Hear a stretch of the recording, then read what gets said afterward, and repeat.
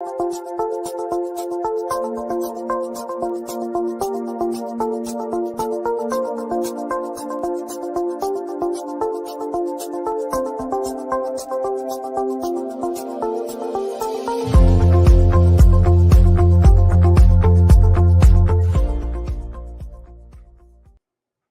hello, I'm Janet Morena, Executive Director of Priests for Life. Welcome to Just Ask Janet.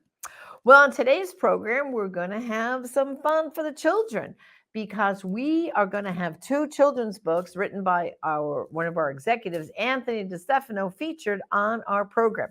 And you might be saying, Janet, what you got the Easter basket there for? Well, because we are running a great special on our online store at prolifeproducts.org, where you can get, on the previous episode, we showed you these two books, The Seed That Was Afraid to Be Planted and The Sheep That No One Could Find.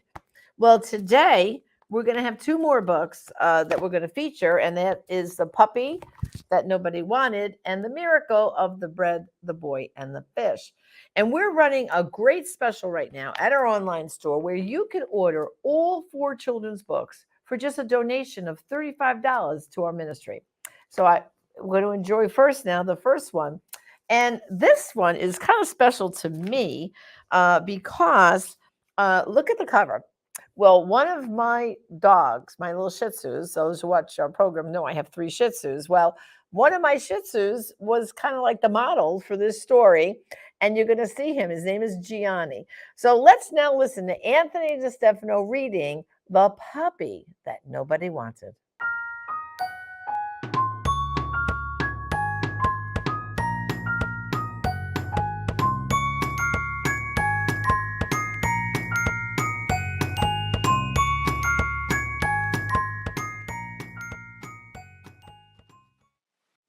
Hi kids, I'm Anthony DeStefano, and this is my friend, Gianni. Gianni belongs to a lady I know and work with named Janet, and the reason why I'm holding him is because he looks a little bit like a puppy in a book I wrote that I'd like to read to you right now. It's called The Puppy That No One Wanted, and it's about a scraggly little dog that just doesn't fit in, a dog that can't seem to find a home of his own. Now, after I finish reading, I'll be back with Gianni to say a few words to you adults who are watching too, because this book isn't just for kids. The Puppy That No One Wanted. Once upon a time, there was a poor, mangy, smelly little puppy. He was the runt of the litter, and from the moment he was born, he was cast aside and forced to live on his own. Many days, he would wander through the muddy streets of town, cold and hungry, looking for something to eat. But wherever he went, people gave him nasty looks and yelled, "Get out of here, you dirty mutt! There's no food for you here." Still, he managed to be a cheerful puppy. He survived on whatever scraps he could find and never lost hope that one day he would find a home. At night, he slept in an alley with the other stray dogs. Some of them were old and sick, and in the winter they all huddled together for warmth. Often, the puppy would try to lift their spirits by making them laugh. When he fell asleep, the puppy always had the same dream. He dreamed about running through a beautiful open field of flowers under a warm, sunlit sky. And of course, he dreamed about food, lots of food. When he woke up, he was always starving. The other dogs would be hungry too, but they were too weak to go looking for food, so the puppy would have to go off alone. One day, after searching for hours and being chased away by many people, his nose caught a whiff of something delicious. It was coming from the home of the town butcher. It smelled heavenly, and the puppy just had to find out what it was. So he sneaked into the house and saw the butcher sitting at his kitchen table having lunch. The puppy's mouth watered as he watched the man eating a juicy steak. Slowly, the puppy crept through the man's legs and under the table. There were a few scraps on the floor, and the puppy hungrily ate them. If only the man would drop some more food, the puppy hoped. Suddenly, the man stopped eating. "What is that awful smell?" he yelled. Then he looked down and shouted, "Why, you dirty, stinky mutt! What are you doing under my table? Get out of here before I make dog stew out of you." The butcher tried to kick the puppy, but he managed to escape through the window. He ran as fast as he could down the street, but the butcher threw the steak bone at him, barely missing his head. Just then, the puppy had an idea. He turned around and stuck his tongue out at the butcher and started barking at him, making him even madder. The butcher threw another bone at him, and then another, and another. Every time a bone came flying at him, the puppy dodged out of the way. Soon, the man got tired of throwing bones and slammed his windows shut, yelling, "Don't you ever come back here again, you smelly little runt." The puppy looked around at all the bones on the ground. He had enough food to last him a whole week. But just as he was about to start eating, he remembered his friends, the stray dogs in the alley. He thought about how old and sick they were. So instead of eating the bones himself, he tied them together with a rope and began to haul them up the road. The load was heavy, and the puppy had to use his mouth to hold one end of the cord and carry the big bundle of bones on his back. After struggling for 6 long hours, he finally arrived at the alley. The other dogs couldn't believe all the food he had brought. They were so hungry that they dove past the puppy and onto the pile of bones, devouring it as fast as they could. The puppy just watched as they ate and ate, and when they were finished, there wasn't a trace left. As soon as they were done eating, the dogs fell asleep, happy and satisfied. But the puppy was still starving. Even though he was exhausted, he had to go out again to search for food. And to make matters even worse, it had started to rain.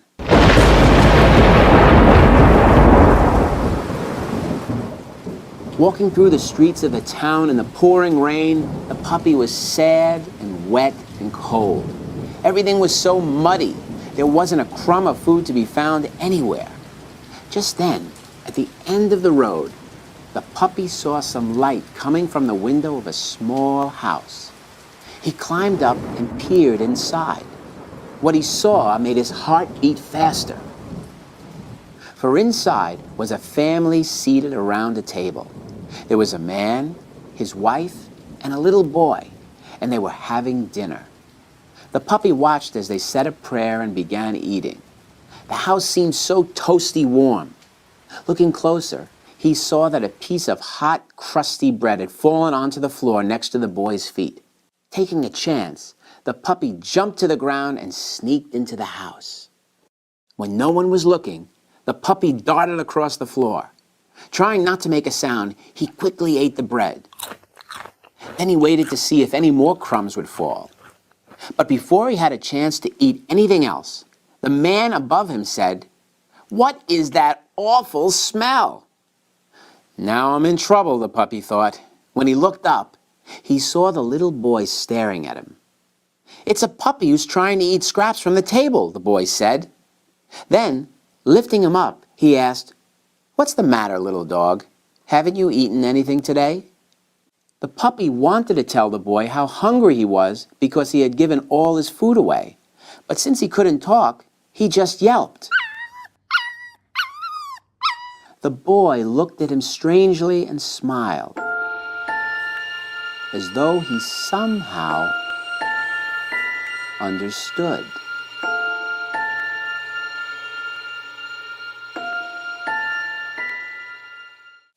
Then the boy's mother said, "He's a very smelly pup. Let's get him cleaned up." So she put some warm, soapy water into a large wooden basin and handed the puppy to the boy, who started to wash him. Afterward, the woman gave the puppy a huge plate of food. The puppy couldn't believe how tasty it was. While he was eating, the man said, "He can stay here tonight because of the storm, but tomorrow we'll have to decide what to do with him." That night, the puppy slept in bed with the little boy. He watched the boy say his prayers and then snuggled up next to him. Imitating the boy, the puppy said a short prayer of his own. "Please, God, let me stay here with this nice family." Then he drifted off to sleep. And he slept and slept and slept. He dreamed all night about the field of flowers. He was still sleeping when morning came, and he heard the boy's voice. "Rise and shine, little dog. It's time to wake up." The puppy wondered what was going to happen to him. Would he be thrown out again, like all the other times in his life? Would he be cast aside and forgotten? But the boy just looked at him and said, "Follow me." So the puppy got up and trotted behind the boy and the man as they left the house and started walking down the road. Soon, they came to a small shop on the edge of town. "This is our workshop," the boy said. "My father is a carpenter, and I'm learning to be one too. And guess what, my little friend? You're going to work here too.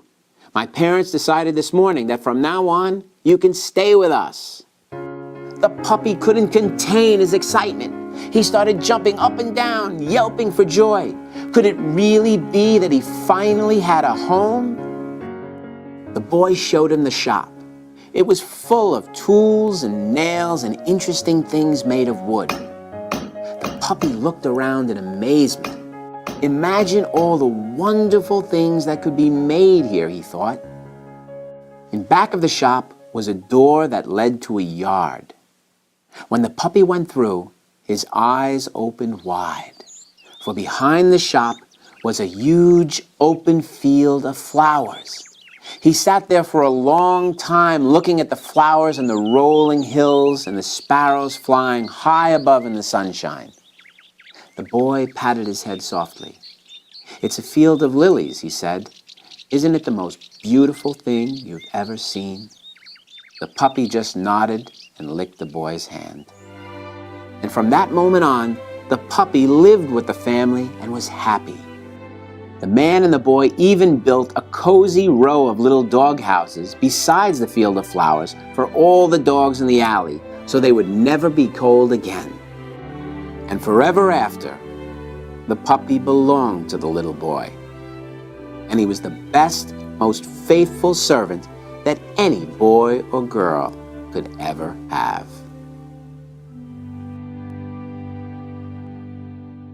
Did you like that? I know Gianni did.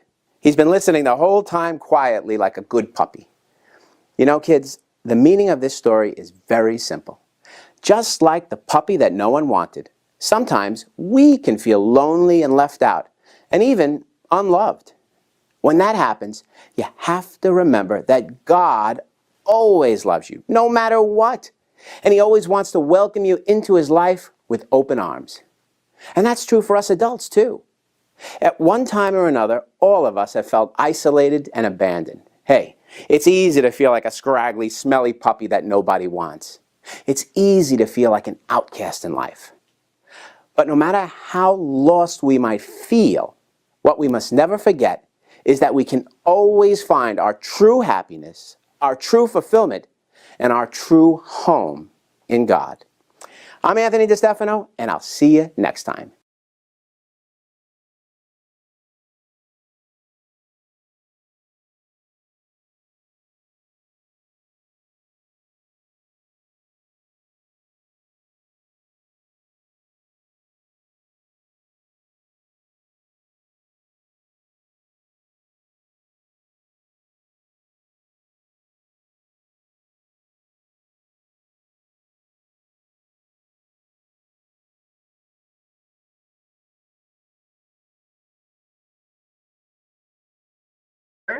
Is about the miracle of the bread, the fish, and the boy. And I think you're going to like this one because I think that sounds like it has a little bit of connection to the Eucharist. So let's now see Anthony DeStefano reading the beautiful story of the miracle of the bread, the fish, and the boy. Dun, dun.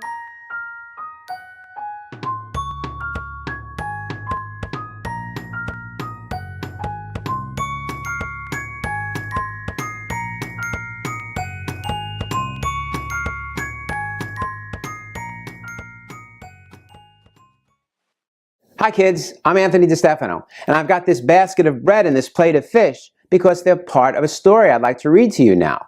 It's called The Miracle of the Bread, the Fish, and the Boy, and it's based on a very famous story in the Bible. The story is all about how Jesus performed a great miracle and made it possible for thousands of people to have something to eat. It also taught the people a very important lesson about trusting in the power of God. Now, after I finish reading, I'll have a brief word to say to you adults who are watching too, because this book isn't just for kids.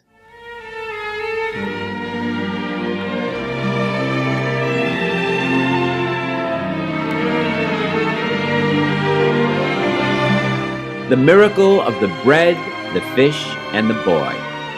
Written by Anthony DeStefano. Illustrated by Richard Cowdrey.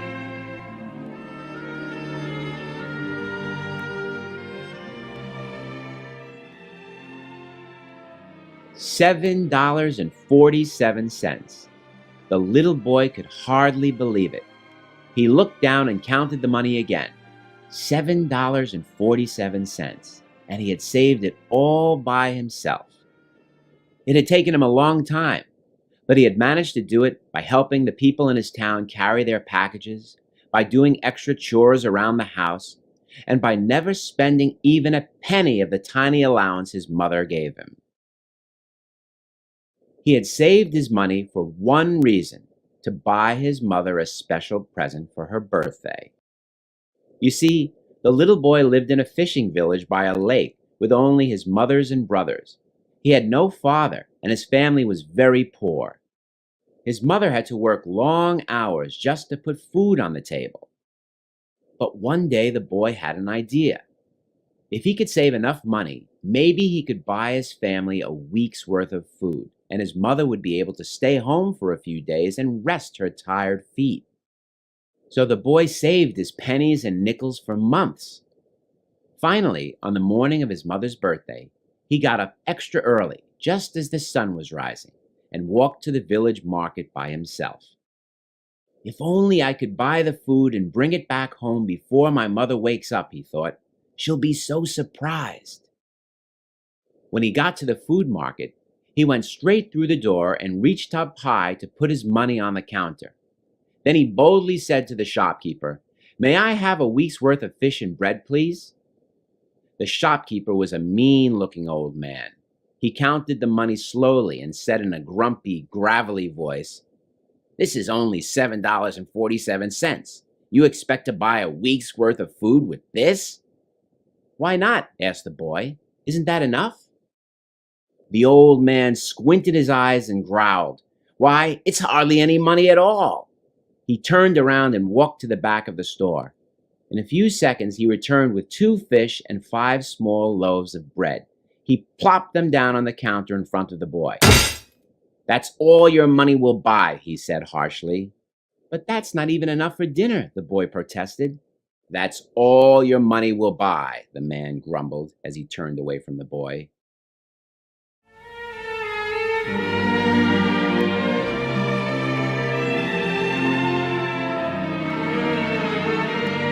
The boy left the shop feeling heartbroken.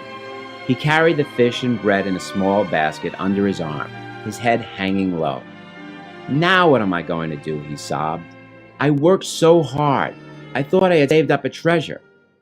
But now I don't have any money and hardly any food, and my mother won't be able to stay home from work even one day. I'm just a failure." But as the boy walked home, he noticed a crowd of people gathering a short distance away. There were old people, young people, rich people, poor people, sick people, handicapped people, thousands of people, and all of them were making their way up the side of a large, sloping hill. The boy asked someone what all the commotion was about. "Haven't you heard? The great teacher from Nazareth is here, and he's healing the sick and preaching about God." The boy strained his neck, but couldn't see over the heads of the crowd. In fact, the swarm was so thick that he could barely move. So crouching low, he began to go through the people's legs. Because he was so small, he was able to move quickly, and before long, he was close to the edge of the crowd. When he finally peeked out from under someone's robe, he saw the great teacher sitting on a rock. The sun was behind him, and he seemed to be carved out of the light. The boy listened to the man speak. He didn't sound like most other adults the boy knew. His words were so simple, and yet they seemed so wise. Just then, one of the men who was with the teacher saw the boy and pulled him up by his sleeves. He brought him over to the teacher and said, "Lord, this boy has 5 loaves of bread and 2 fish." The teacher looked down and said, "Little boy, there are thousands of people here, and they're very hungry. Will you give me your bread and fish so I could feed them?" The boy was confused. "But how could you do that?" he asked. "This food that I bought isn't even enough to give my family. How can it feed this big crowd?" The teacher smiled gently and spoke to him in a quiet voice. "Little boy, don't you know that with God all things are possible? Don't you know that if you offer everything you have to God, He will multiply all the good things you do?" The boy remembered what his mother had taught him about God. He nodded his head and answered, "Yes, I know that God can do anything." The teacher stretched out his hand and asked the boy once again for his basket of bread and fish. The boy thought for a second and decided to trust the man. He gave him all that he had. The man took the food and said a short prayer of thanks. He told the crowd to sit down and laid the basket on the ground. Then he closed his eyes. Suddenly, the boy heard a low rumbling sound. It started quietly, but it grew louder and louder. Soon it seemed as if the earth was shaking under his feet. Just then, the boy noticed that instead of 1 basket of bread and fish, there were 2. Then there were 4. Then there were 8. Then 10. In no time at all, there were hundreds of baskets on the ground containing thousands of fish and loaves of bread. The boy couldn't believe his eyes. It was a miracle. The men who were standing near the teacher began to give the food to the people in the crowd. Everyone ate until they were full. When they were finally done, there were 12 baskets of bread and fish left over.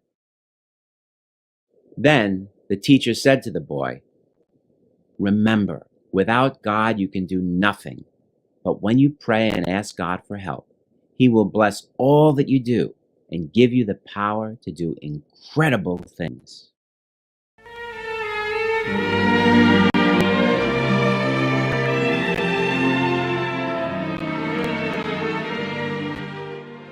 Before going back home, the boy stopped at the lake in his village and thought about what had happened. He didn't have any money or bread or fish or a present for his mother. He should have felt sad, but for some reason he didn't. He had seen a great miracle and was happy to have helped the teacher feed thousands of people. "I only wish I had a small gift for my mom," he thought. But when he got home, an amazing surprise awaited him. His mother rushed over to him in excitement.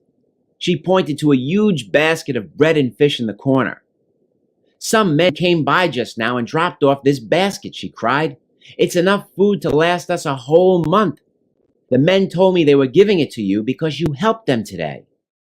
The boy remembered the leftover baskets of food and smiled. He looked at his mother and said, "It's not for me, Mom. It's for you. It's your birthday present. Now you can finally stay home from work and rest a while."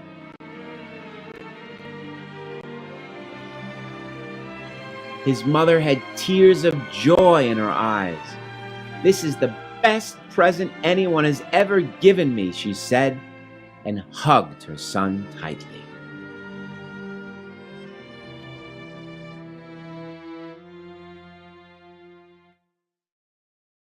Did you like that? I hope so. You know, kids, the meaning of this story is very simple. Just like the little boy, if you say yes to God and do whatever He asks, He's going to help you. And not only that, but He'll take whatever you do and turn it into something much bigger and much greater. He'll multiply all the good that you do. And the same is true for you adults, too. If you're worried or anxious because you have something very difficult to do, you just have to have faith and say, God, I'm going to do this for you. Jesus, I trust in you. And just like the miracle of the loaves and the fishes, God will take your sacrifice and transform it into something unexpected and amazing. Hey, God is still working miracles every single day. You remember that. I'm Anthony DeStefano, and I'll see you next time. Wasn't that a great story? Of course, we know it's taken right after the multiplication of the bread and the fish from the Bible. But what a great way to introduce children to that beautiful, beautiful miracle that Jesus performed when he was here on earth. So again, the miracle of the bread, the boy, and the fish. And of course, in this episode, we also heard my little favorite, like Gianni, the puppy no one wanted. And in the previous episode, we featured these other two books, which was The Sheep That No One Could Find and The Seed That Was Afraid to Be Planted.